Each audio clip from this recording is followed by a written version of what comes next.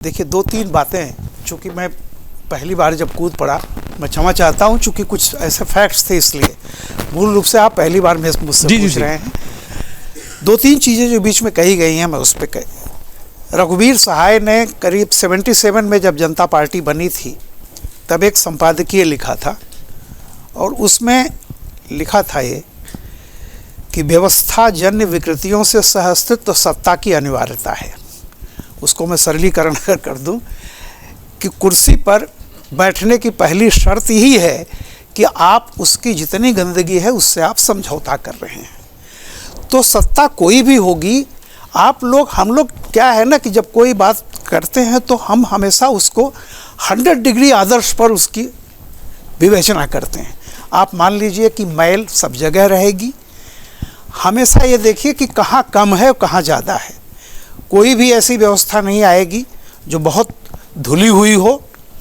जिसको अधिकार हो मिलता है वही दुरुपयोग भी करता है।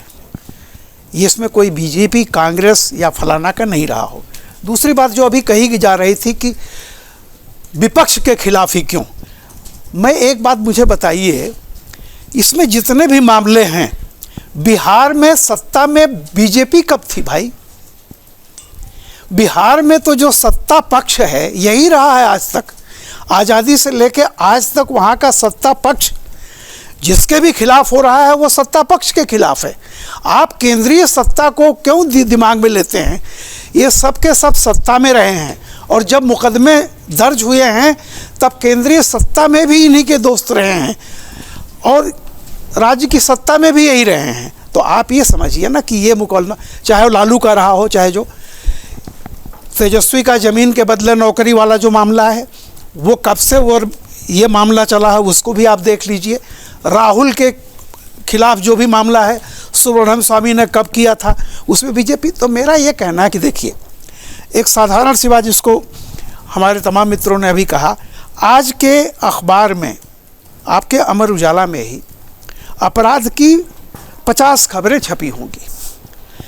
सपोज कर लीजिए कि एक अपराधी पकड़ा गया है, वो अदालत में जाके कहे कि सर हम ही नहीं हैं, 49 और हैं, उनको जब तक नहीं पकड़िए तब तक हम पर मुकदमा नहीं चलेगा। आप बताइए क्या दलील है? सवाल इस बात का है कि एजेंसी लाख बुरी है, भ्रष्ट है। किसी अभियुक्त को पकड़ने वाला शंकराचार्य है या एक पहले का चोर है, बात इसकी नहीं है। जिसको पकड़ा गया उसने चोरी की है कि नहीं, बाकी चीज़ें सब सेकेंडरी हैं। फलाना को छोड़ दिया, ढकाना को छोड़ दिया, ऐसा कर दिया, वैसा कर दिया। भैया आप पर अपराध है जो है, ये 300-350 एकड़ ज़मीन जो ली है, जिन्होंने ये ज़मीन आपके नाम कराई है वो सब कह रहे हैं कि आपके कहने पर किया गया है। सारे सबूत तो आप अपने बारे में बात कीजिए ना। आप बाकी ठीक है, आपको अगर लगता है कि एजेंसी दुरुपयोग कर रही है, उसके लिए भी मंच, हम पत्रकार नहीं हैं। हमारी राय से दो ही मंच हैं, या तो जनता या कि अदालत। आप दोनों जगह जा कर के देख लीजिए। अभी तो अदालत में जाइए, 2 महीने बाद जनता के बीच आप जाएंगे। तीसरी कोई अदालत नहीं है। हमारे अपने व्यू हो सकते हैं, अदालत दो ही है। और मैं सच्चाई बता दूं, मुकदमा दर्ज होने से पहले ही कौन क्या है अगर इसकी जानकारी होती है तो जनता को होती है। वोटर अच्छी तरह जानता है।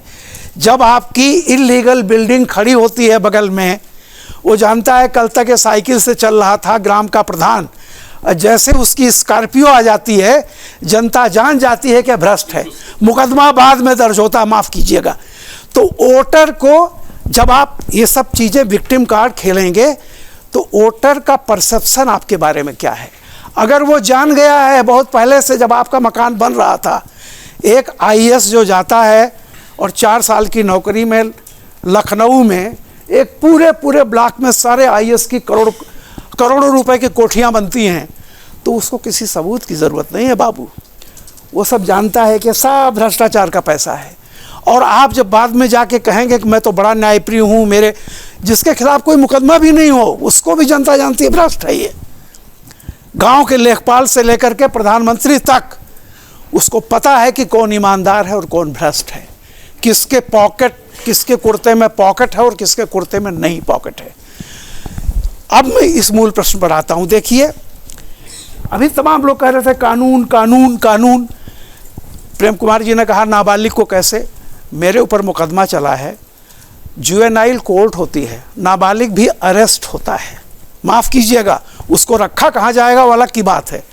तो ये बालिग नाबालिग, देखिए अदालत के बारे में जब हम कोई टिप्पणी करें तो बहुत सोच समझ लेना चाहिए। अदालत ये नहीं देखती है कि इस देश में, जैसे मैंने कहा ना कि आज 19 चोरियाँ हुई हैं, तो एक पॉकेट मार या कोई पकड़ा गया मोबाइल छीनते हुए, वो उसको इसका बेनिफिट मिल जाएगा, नहीं मिलता है, माफ़ कीजिएगा। और जैसा कि कुछ कह रहे थे, अगर आप, मैं बताऊं, आप यहाँ से ट्रक लखनऊ जाइए हाईवे पर, कई बार रात को आप जाइए तो ट्रक जितने चलते हैं सब रुकते जाते हैं, सारा पुलिस वाले पैसा लेते हैं, कोई खबर नहीं बनती। लेकिन अगर अखिलेश यादव जा रहे हो ट्रक में बैठ करके और उनको पुलिस वाले ने रोक लिया हो, तो अगले दिन बड़ी खबर बन जाएगी, पुलिस घूस ले रही थी। क्यों? घूस खबर नहीं है, अखिलेश जी से ले रही थी, यह खबर है। दिक्कत हमारे यहाँ ये है कि ईडी, जैसा कहा ना, 3% है। आप पूछिए उस 3% के अलावा किसी और 97% पर कभी मीडिया ने चर्चा की है कि वो ईडी की कार्रवाई सही है गलत? हम कभी 97% पर नहीं जाते हैं। हमारी निगाह में वही 2% है जो पावरफुल है, उसको कैसे कोई उसका कान पकड़ रहा, हाथ पकड़ रहा है, दर्द हमें इस बात का होता है। आम आदमी अंडर ट्रायल बेचारा बिना किसी जुर्म के अदालत में है। किसी पत्रकार, किसी संगठन, किसी मानवाधिकार को मैंने आंदोलन करते नहीं देखा। लेकिन केजरीवाल, आप मुझे बता दीजिए, इस देश में किसी आम आदमी की हिम्मत है कि ईडी का 5 समन लौटा दे? तो ये जो मैं बात कह रहा हूं कि देखिए हो क्या रहा है, मैं सिर्फ एक बात को कह रहा हूं, कानून भी वही है, सब कुछ वही है।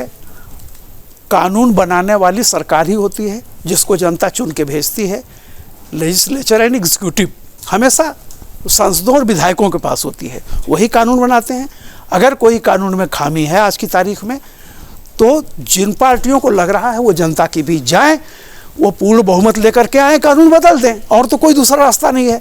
हो क्या रहा है, पहली बार मैं बताऊं, मेरी 70-72 साल की उम्र है और मैं इंदिरा गांधी के ज़माने से देखता हूं, करप्शन इस देश में हमेशा रहा है। इंदिरा गांधी के बारे में मशहूर था कि वो फाइल बना के रखती थी, वो फाइल आगे नहीं बढ़ाती थी, जब भी करना होता था फाइल दिखा देती थी। और ये मनमोहन सिंह तक ये चला है, फाइल सबकी है। मैं लखनऊ में संपादक था 90 में, एक वहाँ पे एक सड़क हुआ करती थी बंदरिया रोड, उस पर संजय सिंह का मकान था, मुलायम सिंह का मकान था और कई कोठियाँ थी।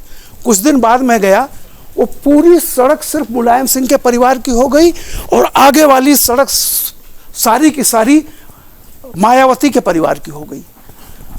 फिर समझ में नहीं आया कैसे हुआ ये। तो जो आप भ्रष्टाचार कर रहे हो, भ्रष्टाचार जमीन पर जो लोग वहाँ रहते हैं उनको दिख रहा है।